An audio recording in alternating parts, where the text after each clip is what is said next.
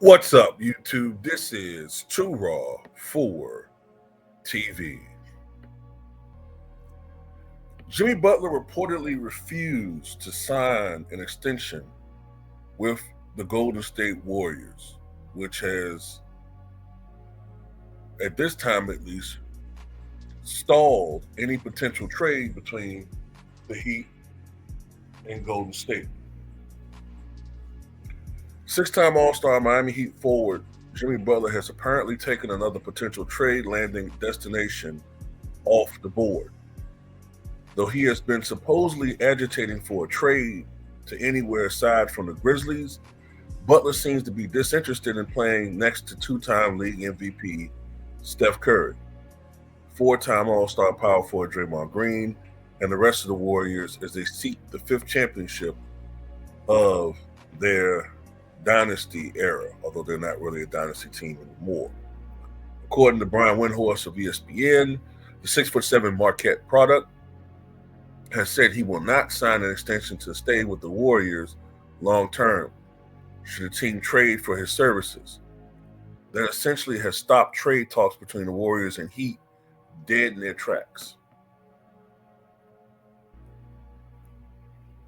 And we all know that the trade deadline is coming fast approaching us. I think it's on Thursday. And I agree with something that a lot of people are saying right now, and that is that Jimmy's ego and arrogance is going to screw him up at the end, man. It's going to screw him over because he's going to wind up, you know what I'm saying, still stuck with the Miami Heat. And his actions, the prima donna actions, the entitlement, his unprofessional behavior, it's going to make him, you know what I'm saying, it's going to make him unappealing to other teams. Plus, he's 35, going 36. I don't get it, man. That's why, man, I always used to kind of, look, I engaged in it too a little bit, so I'm at fault myself too, but all this, he's the Michael Jordan's kid, he's the next Michael Jordan, we be gassing these dudes' heads up with this shit, man. You know what I'm saying? And, I've tried really hard over the years to give Jimmy Butler the benefit of the doubt, but he comes across to me as very unprofessional. And he comes across to me as a selfish guy. I think he's very selfish, and I don't think that he's not the same Jimmy Butler that I recall playing for the Bulls back in the days of the Derrick Rose potential dynasty era with the Chicago Bulls. Like, that Jimmy Butler, man, I used to love him, man. He did whatever, you know what I'm saying, was leader of the team, go out there and play hard, 40, 44, 45 minutes a night. He wasn't quite developed as he is now as far as offense, but defense, man, he was a beast, man. And he seemed like he wasn't, you know what I'm saying, he didn't seem like he was a team nuisance in any way, shape, or form. I never heard anything about Jimmy Butler. All I knew was that he was a success story coming from poverty and I think brief homelessness and making it to the NBA. He was an inspirational story. But something has happened over the last 10 years or so, man. He's become a dick. I'm sorry, man, but something's going on with him, bro. Like, he's not the same Jimmy Butler. And I'm talking about from a personality standpoint. And, a lot of that was masked probably because Udonis Haslem was there, as a force, a personality to kind of check some of those things. And, because Miami was still kind of like overachieving and winning. And For whatever the case may be, a lot of the stuff that Jimmy Butler was doing was kind of flying under the radar. But some of the things he's done lately, man, are just unbecoming. Like, how the hell do you have your teammates looking for you for hours, saying that you're gonna be somewhere, and the team is waiting around for hours? You had no intention on even being there. That's unprofessional. You can't rely on somebody like that, man. And then the thing that really gets me about Jimmy Butler, other than the fact that he moves like he thinks he's an elite, like top 2 or 3 player in the league type guy, is I don't like how he seems to come across as like a dude that wants the most for doing the least. Like every year, I get the impression that he's dogging it. Like he's giving you 60% effort. Like this year, what is he averaging? Like 17 points a night, 16 points a night, right? The last few years, Jimmy Butler has been averaging like 20, 21 points a night, right? But then in the playoffs, all of a sudden, he's like a different player.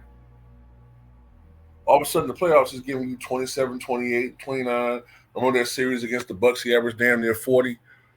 Why can't you play like that every night?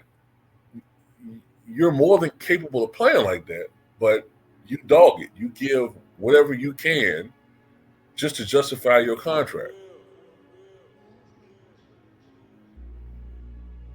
And I just don't like the idea of rewarding a dude that I think is possibly dogging it. By dogging, I mean just going out there and just giving minimum or just barely satisfactory production. But yeah, you want 50 something plus $1 million, like as if you're an elite star in this league. Nah. And then I like the idea that he should be rewarded for that bullshit. He shouldn't be rewarded for his antics. You're gonna trade him to a championship contender team? That's rewarding him for that. Nah, I'm not for that no more, man. And what exactly has Jimmy Butler done? Yeah, he's had some amazing playoff series. But if you really look at it though, in the finals he's choked. Now people can attribute it to fatigue or whatever, but the case may be, if he moves like he thinks he's an elite player, well, the record shows that he's a loser. I'm sorry. If we're judging him by his belief that he's a top player in the league, he's a failure. Now, if you're judging him as a supporting guy, okay, he's been good, but he doesn't move like that. He moves like he thinks he's a superstar. So at the end of the day, no, man, I think he's doing himself a serious disservice the way he's moving lately. But I don't know. The sad thing about it though, he somebody probably pick him up though, man. But yeah, at the end of the day, man, I just think what he's doing is a dangerous game. You're 35, going on 36. You know, and you don't. He's not a type of guy to me, Jimmy Butler, that moves the needle on that level. Like, yes, you could argue that Miami could have provided more talent around him, but look, there's been some teams that have won championships recently that didn't have super teams. Milwaukee wasn't a super team. Denver wasn't a super team. They were a great team. You don't need have superstar pieces. You need pieces that fit together. You know what I'm saying? Pieces that fit together, work together, and can contribute to, success. Hell, look what Jimmy Butler did with a team that was essentially full of goddamn. Those were basically like walking. What you call it? Term. Undrafted players. When they went to the finals a couple years ago against Denver, those guys weren't world beaters.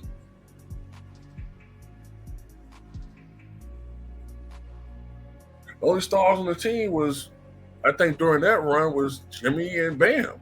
Because remember, Tyler Hero got hurt in the first game of the playoffs, I believe. Fractured his hand. So, yeah, Jimmy Butler can definitely move the needle. But at the end of the day, man, he's not a superstar.